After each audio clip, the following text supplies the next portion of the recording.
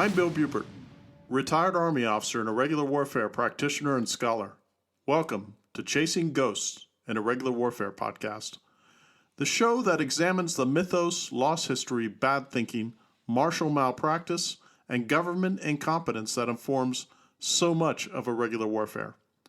I want to peek behind the curtain at the vast machinery and briar patch politics of insurgency and counterinsurgency, and everything in between. Now, let's go ghost hunting together. Hello and welcome to episode 13 of Chasing Ghosts, an Irregular Warfare podcast. Today's episode is entitled CG Goes to the Movies, Red Dawn from 1984, not the 2012 movie. So my sons and I have been watching this movie since it came out and since they've been young and really enjoyed it. I like John Milius as a director. I enjoyed the original film, and we had the opportunity to watch it in the past month, and I just thought, well, maybe what I can do is I can find a way where we can intersect popular culture with irregular warfare, and this may be the entree to do that very thing. John Milius, the director, has a reputation in Hollywood as being somewhat right-wing, and he has been the director of some terrific films like The Wind and the Lion, which had the great line, Petikaris alive or Raisuli dead. I'll let you look that up. Conan the Barbarian, just before he did the direction of Red Dawn. He was a director on the Twilight Zone TV series and a really fascinating World War II Pacific Theater movie that not too many folks have seen called Farewell to the King. He did Flight of the Intruder and a number of other writing efforts and TV series and TV projects that he had done. Those of you who haven't watched the 1984 movie Red Dawn, I would urge you to give it a try, see what you think. Some find it jingoistic, some find it syrupy, some find it not very realistic. It is set in the near future, where America is invaded not only by the Russians, but by their Nicaraguan and Cuban confreres, who slice apart the U.S. and cut it in half.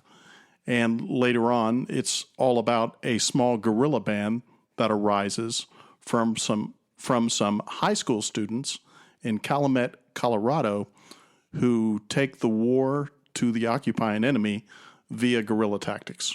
You will recognize some of the stars like Patrick Swayze, C. Thomas Howell, Leah Thompson, Ben Johnson, Harry Dean Stanton, Ron O'Neal, William Smith, and the inestimable Powers Booth, who does a great turn as an Air Force colonel. Milius wanted Robert Blake to play the Air Force colonel, but he was overridden by MGM, and they cast Powers Booth, and I think Powers Booth did a tremendous job in that role. John Milius is a curious cat, especially a curious cat in Hollywood, because he does happen to be right of center, conservative, libertarian, however you wish to characterize him. And not only did he work on this and the other films that I had mentioned before, but he had a hand in helping George Lucas with Star Wars. And for those of you who do any cultural critiques whatsoever of Lucas's original Star Wars films, clearly, and Lucas himself admits to this, it was all about trying to cast the United States as the bad guys in the Empire and the Vietnam War, something as an exegesis for Lucas's thoughts on that very thing, as the rebels. And of course, this struck a chord with Milius, and I think that he sort of carried that forward here. As a matter of fact, some said that in Apocalypse Now, in which he also had a hand in, Robert Duvall's character, the Colonel in Apocalypse Now, was based on Milius. A writer by the name of Peter Bart wrote a book in 1990 called Fade Out, The Calamitous Final Days at MGM, in which he talked about some of the behind-the-scenes sausage making that went on with this. Alexander Haig just so happened to be on this project. He was one of MGM's executives, and he wanted Milius to direct. So Milius was given a script. He set about rewriting the script, and he and Alexander Haig devised a backstory in which the circumstances of the invasion would occur. This was reportedly based on Hitler's proposed plans to invade the U.S. during World War II. Now, Haig took Milius under his wing, bringing him to the Hudson Institute, the conservative think tank founded by Herman Kahn, to develop a plausible scenario. Milius saw the story as a third world liberation struggle in reverse. Haig introduced Nicaragua and suggested that with the collapse of NATO, a left-wing Mexican government, what other kind is there, would participate in the Soviet invasion, effectively splitting the U.S. in half. Bart says in his book, even Milius was taken aback by Haig's approach to the project. This is going to end up as a jingoistic, flag-waving movie, Milius fretted. As a result, the budget of this once $6 million movie almost tripled to $18 million. It was successful at the box office and had a half-life that took on a life of its own after it went to DVD at the time, and maybe even VHS since this was 1984. They did manage to double the amount of money they had invested in producing the movie at the box office. The critical reaction, of course, was what you would expect. I've found that with Rotten Tomatoes, for instance, now, especially with the woke criticism that infects so much of movie criticism and the corporate media that has given us such awful content in the last decade. You can look at what Disney's doing to itself as a form of cultural seppuku. As an example, that I use the audience scores more so than the critic scores. The critic scores, if they're high, that tends to wave me off of watching a movie, and I rely almost exclusively on the audience scores. Red Dawn received mixed reviews, receiving a rotten 52% rating on Rotten Tomatoes based on 27 reviews with an average of 5.6 out of 10. The website's consensus reads, and I quote, "An appealing ensemble of young stars will have some audiences rooting for the Wolverines, but Red Dawn's self-seriousness can never conceal the silliness of its alarmist concept." Now, mind you, what I've discovered is that if this has been produced in a grainy black and white, and they had reversed the invasion where it was a U.S. imperialist invasion of Russia or one of its third world shitholes, then it would have been lauded as a work of considerable cinematic brilliance because of what it did to portray the poor third world nations trying to obey their Soviet masters and being stymied at every turn by U.S. intervention. Now, mind you, you are listening to Chasing Ghosts, an Irregular Warfare podcast, and I am probably patient zero when it comes to doubting the efficacy of every Western martial endeavor since 1945. And that would probably be the case here, but it doesn't mean that those who we opposed during the Cold War didn't have their own calamities that they visited upon themselves. The Afghancy in Afghanistan with the Soviet invasion between 79 and 89 is Exhibit A for this podcast. I did note in the scrolling credits, much like Star Wars in 1977, where it has that creeping text that starts going up to the top of the screen, where they're talking about what set everything in train for this invasion of the United States. They had made the claim in the movie that there was no invasion of the continental United States before this time. Well, that certainly isn't the case. If we look at World War II, for instance, and we find that not only did the Japanese invade the Aleutian Islands, but they managed with balloons that they had set aloft with explosives to kill Americans in the state of Oregon. So, on to the movie. When I saw the movie at first, and I saw it at the box office in 1984, I was enthralled with it. I was in the Navy at the time, and I was thinking, man, this is a lot of fun. And I did not know some of the plot holes that I would look at now and say, well, maybe that's a pretty lousy interpretation of how the events would roll out. But it is a work of cinematic fiction. It is a work that is speculative. It's a work that's trying to examine just what would happen if, unconventionally, the United States was invaded. Now, has the United States been invaded before? Of course it has. The War of 1812 to 1814. And it just so happens that my birthday coincides with that very day in 1814 in which the British burned down the White House. Huzzah. So, some of the reviews. Jesse Walker, Risa Magazine, quote, "The film outraged liberal critics, but further to the left it had some supporters. In a witty and perceptive piece for The Nation, Andrew Kropkind called it the most convincing story about popular resistance to imperial oppression since the inimitable Battle of Algiers, which I recommend all my listeners to watch if they get the opportunity, adding that he'd take the Wolverines from Colorado over a small circle of friends from Harvard Square in any revolutionary situation I can imagine," end quote. As a matter of fact, for those of you who take the time to watch Battle of Algiers, you will notice that when the Chudnika, which is the Spetsnaz colonel, arrives in the latter part of Red Dawn to conduct a competent campaign in hunting down the Wolverines.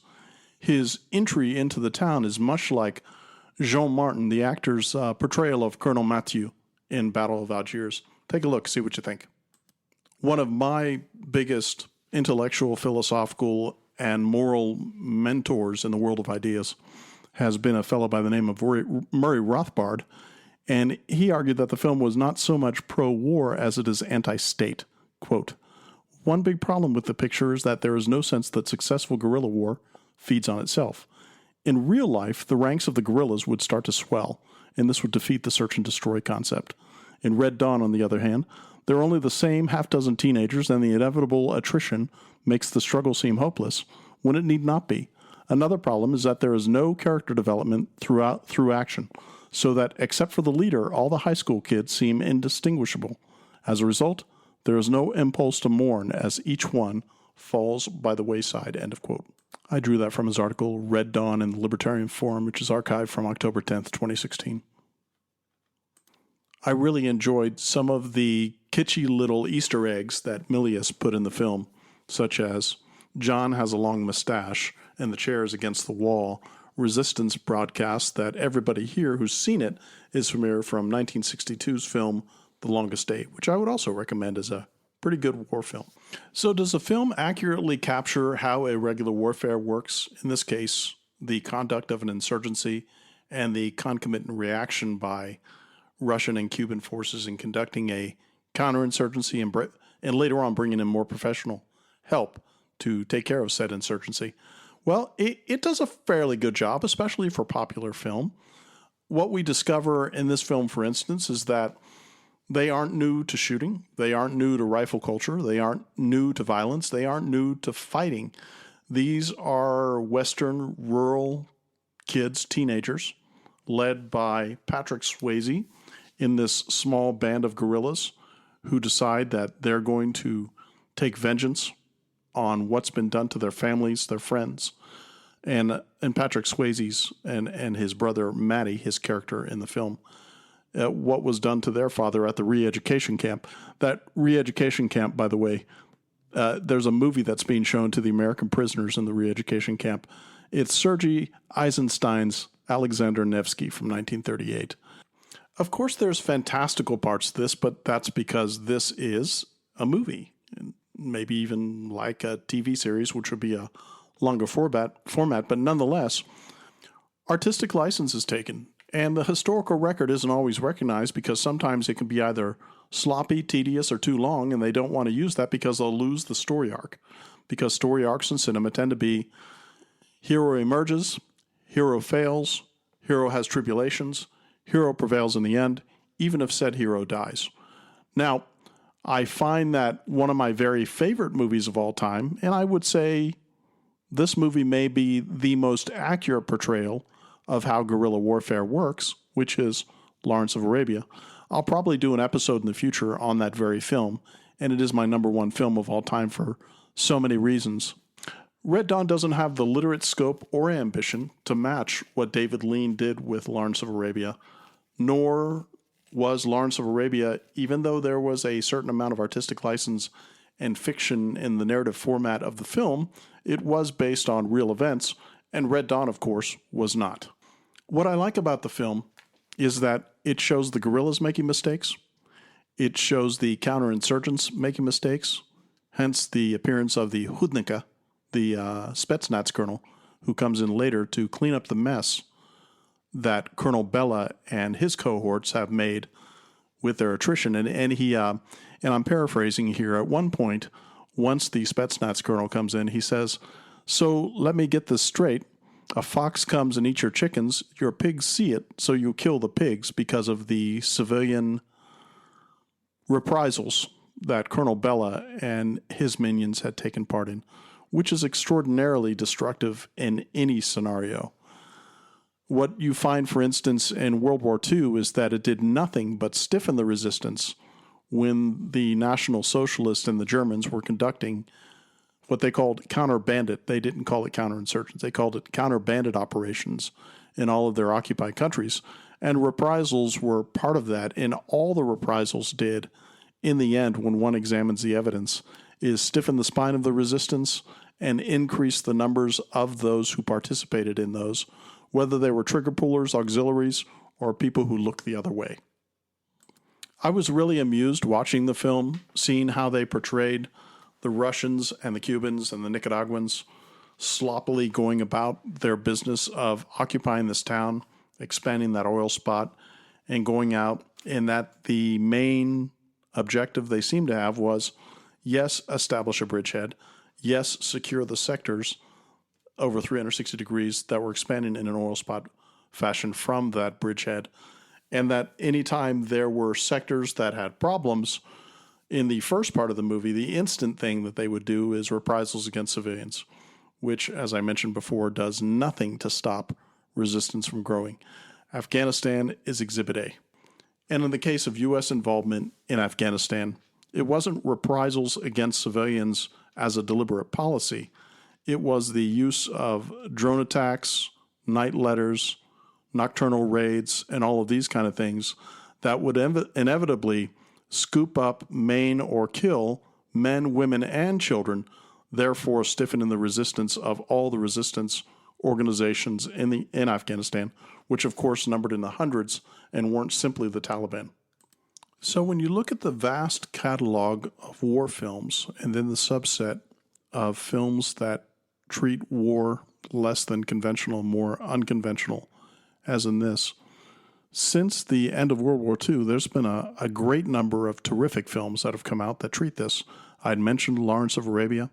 I had mentioned Battle of Algiers, which I recommend all of my listeners go out tonight, rent that and watch it, and see what you think. So back to the brass tacks. I've talked about the three pillars of insurgency, which is going to be grievances, which are real or perceived, narrative, and legitimacy. Now, with those, are there grievances? Well, families are killed. Members of their families are imprisoned. So there's certainly motivation, real motivation, for these guerrilla fighters to take up the cudgel as they do. As far as the legitimacy of their fight, they are fighting a war on their own soil.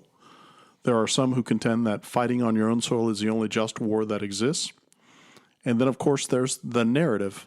And the narrative in this case is always trying to capture that and take the high ground in driving that narrative home, hence the graffiti of Wolverines, which, by the way, in my 2 years in Afghanistan, on occasion, east to west, north to south, I would see Wolverines, and I even saw Wolverines in Arabic script several times on buildings, terrain, whatever the case may be in Afghanistan.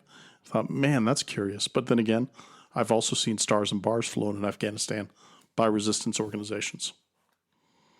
So our hardy band of guerrillas, who managed to have Powers Booth quite literally land among them when he parachutes out of his shot-down fighter aircraft, an F-15, and he's asked, and I paraphrase, he's asked, well, how come you got shot down? And he says, I got 4 of the 5. So there it is. A bit of jingoism there. But nonetheless, under his military tutelage, and they even get a sense that if they continue the fight as they are, that they may parachute in some special forces advisors in the spring to help them prosecute the conflict more effectively. And throughout the film, and the film becomes a Greek tragedy in the end, and I kind of like that, by the way, because in the end, we all die, as do empires. In this case, both of the main protagonists, which would be Jed and Maddie, the brothers, who are not only the most able combatants, but they're also doing this to avenge their father, who apparently, it's alluded to, is not only imprisoned in the re-education camp, but later on they see him gunned down in front of a pit that they've unearthed to put all the bodies into. So it's vengeance, it's satisfaction, it's the notion that if they don't continue the fight, who will continue the fight? They're behind enemy lines, they're conducting themselves as guerrillas, they're conducting this insurgency, and of course, across the film, this being a fictional work, they get better and better and more able, and they have more and more weapons and more facility with said weapons, everything from grenades to missiles, RPGs, and small arms, and even some very large caliber RPD type weapons and things like that. So it's pretty impressive when you see the arc of training that is evidenced and by the body count that they start to stack up. Spoiler alert, in this film, only 2 of the protagonists end up surviving in this little band of guerrillas, and even Jed and Maddie, the 2 main protagonists, the brothers that I referred to, it appears, and they sort of show it off camera, they die in the end. Like all films, one has to suspend their disbelief at the environment, at certain things that are done during the film. For instance, their use of horses, and to my eyes, no evidence of forage for the horses. They're fighting in the Colorado winter months. Even though the film was filmed in New Mexico, it is set in Calumet, Colorado, and it appears to be from October to the spring is when this entire chapter of their life, to include their demise at the end, takes place during that 6 months over winter. And it looks bloody cold, and they have to deal with that. Other than that, I enjoyed the film. My sons enjoyed the film. They found it entertaining. I mean, if entertainment is the number one reaction one should have from a good film, and interesting character arcs, interesting characters, a future that's not too far away, set in the 1980s in this case. The film was produced in 1984, so it was a near future film. One could call it sort of speculative fiction or science fiction.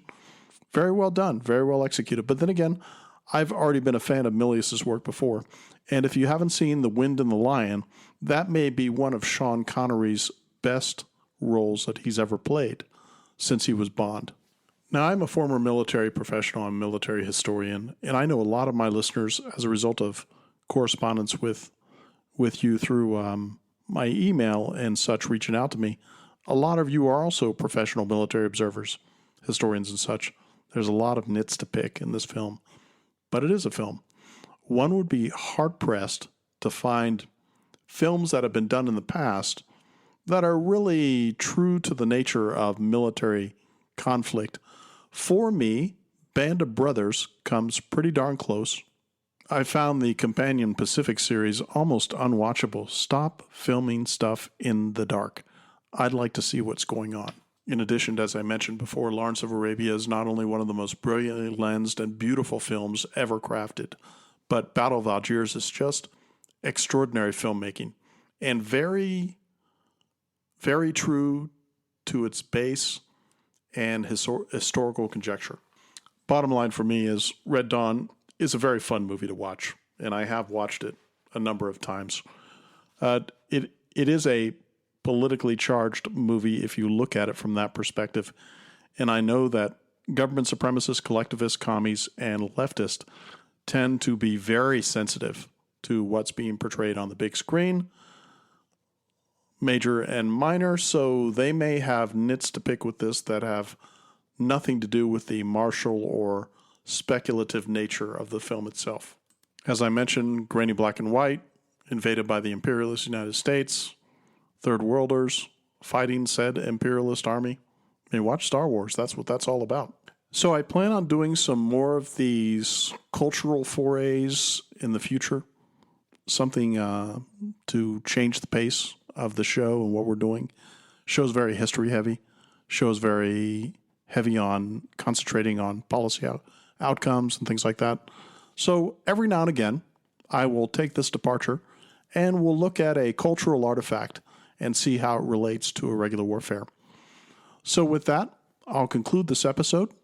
And if you wish to get in touch with me with constructive comments or criticism, you can get in touch with me at cgpodcast@pm.me.